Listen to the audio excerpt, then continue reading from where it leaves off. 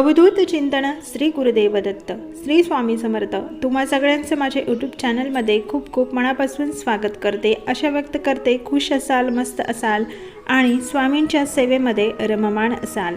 तर बघा 26 डिसेंबरला आहे पौर्णिमा आणि त्या दिवशी दत्त जयंती आहे। या दिवशी आपल्याला उंबराच्या झाडाला एक उपाय करायचा आहे। तुमची कोणतीही कठीणातील कठीण इच्छा पूर्ण होणार आहे। नोकरी संबंधी, व्यवसायासंबंधी, मुलांच्या शिक्षणासंबंधी, आपल्या घरातील आर्थिक अडचणी संबंधी, तसेच आपल्या पतीसाठी कोणतीही समस्या असू द्या, ती दत्त महाराज पूर्ण करणार आहे। हा उपाय आपल्याला दत्त जयंतीच्या दिवशीच करायचा आहे। हा उपाय स्त्री पुरुष कोणीही करू शकतं। उंबराच्या झाडाला औदुंबर वृक्ष सुद्धा म्हटले गेले आहे। औदुंबर वृक्षाखाली सद्गुरू माऊलींनी साधना केली होती। त्यामुळे औदुंबराला प्रभू विष्णूंनी आशीर्वाद दिला होता की या झाडाला वर्षभर फळे राहतील। तसेच हे झाड बहुगुणी सुद्धा आहे, त्यामुळे या झाडाला कल्पवृक्ष सुद्धा म्हटले गेले आहे। उग्रता सुद्धा कमी होते। या झाडाची नियमितपणे त्याची मनोकामना पूर्ण होईल, पुत्रप्राप्ती होते असंही सांगितलेलं आहे। औदुंबर झाडाला जर हळुवारपणे म्हणजेच संत गतीने प्रदक्षिणा घातल्याने आपल्या पदरी खूप पुण्य प्राप्त होते। जर 1000 प्रदक्षिणा घातल्या तर भयंकर आजारसुद्धा बरा होतो। तर बघा, आपल्याला आता दत्त जयंतीच्या दिवशी उंबराच्या झाडाची कशा पद्धतीने पूजा करायची आहे, म्हणजे आपल्या ज्या मनोकामना आहेत त्या पूर्ण होतील। तर आपल्याला दत्त जयंतीच्या दिवशी सकाळी लवकर उठायचं आहे। ब्रह्ममुहूर्तावर उठलं तर अतिउत्तम। देवपूजा करायची आहे। देवपूजा केल्यानंतर तुम्ही लगेच हा उपाय उंबराच्या झाडाखाली करू शकता किंवा तुमच्या घरातील जी काही कामे आहेत ती उरकून सुद्धा करू शकता। जेव्हा तुम्हाला दिवसभरामध्ये वेळ मिळेल तेव्हा दिवसभरातून तुम्ही कधीही करू शकता। फक्त सायंकाळी 6च्या आतमध्येच ही जी पूजा आहे उंबराच्या झाडाची तुम्हाला करायची आहे। तर उंबराच्या झाडाखाली जाताना तुम्हाला काही वस्तू घेऊन जायच्या आहेत, तर त्या बघूया।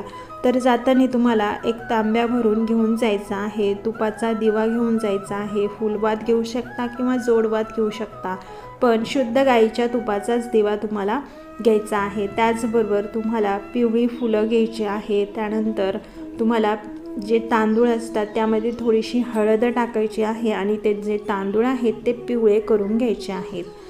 त्यानंतर आपल्याला एक पिवळी मिठाई घ्यायची आहे। आता पिवळी मिठाई तुम्हाला मिळाली तर अतिउत्तम, किंवा बताशे असतात ते पिवळ्या कलरची सुद्धा बताशे तुम्हाला सहज इझिली मिळून जातात। त्याचबरोबर तुम्हाला गाईचं कच्चं दूधसुद्धा घेऊन जायचं आहे। आता उंबराच्या झाडाखाली गेल्यानंतर तुम्हाला अगोदर दिवा प्रज्वलित करून घ्यायचा आहे। दिवा प्रज्वलित करण्या अगोदर थोडेसे खाली तांदूळ टाका किंवा जे फुलं असतात थोडीशी चुरगळून त्यावरती दिवा ठेवायचा आहे। दिवा प्रज्वलित केल्यानंतर तुम्ही तांब्यामध्ये जे पाणी घेऊन गेला आहात त्या पाण्यामध्ये थोडेसे जी हळद असते चिमूटभर, अगदी चिमूटभर हळद टाकायची आहे आणि ते पाणी त्या झाडाच्या मुळाशी अर्पण करायचं आहे। जे कच्चं दूध नेलं होतं थोडंसं ते सुद्धा त्या झाडाखाली अर्पण करायचं आहे।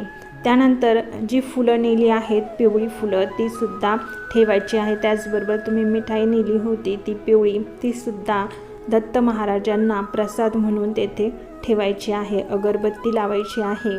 त्यानंतर 11 प्रदक्षिणा या वृक्षाला घालायच्या आहे। प्रदक्षिणा घालताना श्रीपाद वल्लभ दिगंबरा असा मंत्र जप करायचा आहे। प्रदक्षिणा घालून झाल्यानंतर आपल्याला हात जोडून उभा राहायचं आहे किंवा तुम्ही खाली सुद्धा बसू शकता।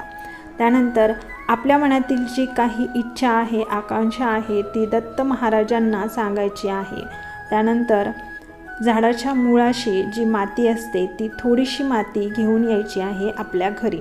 आपल्या घरी घेऊन आल्यानंतर ती जी माती आहे ती देवघरामध्ये एका प्लेटमध्ये ठेवायची आहे आणि तिला धूप दीप दाखवायचा आहे। त्यानंतर फूल असेल पिवळं तर ते सुद्धा ठेवायचं आहे। तिची पूजा करायची आहे मनोभावे।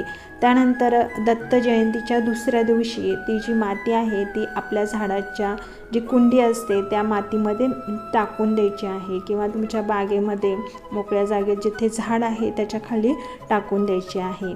असा उपाय तुम्हाला दत्त जयंतीच्या दिवशी करायचा आहे। या अशा उपायाने दत्त महाराजांची कृपादृष्टी आपल्यावर कायम आणि सदैव राहत असते।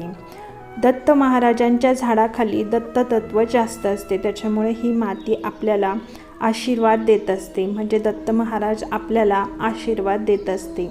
त्यामुळे ही माती तुम्ही घरी घेऊन यायची आहे आणि तुमच्या झाडाच्या कुंडीमध्ये किंवा बागेमध्ये तेथे टाकायची आहे। जेथे झाड आहे त्याच्या खालीच टाकायची आहे, इतर ठिकाणी टाकू नका, म्हणजे पायंदळी जातील, कोणाच्या पायाखाली जातील अशा पद्धतीने ही माती टाकायची नाही, कारण ती पवित्र माती असते, त्यामध्ये दत्त तत्व असतं, त्याच्यामुळे झाडाच्या मुळाशीच तुम्ही ही माती टाकायची आहे।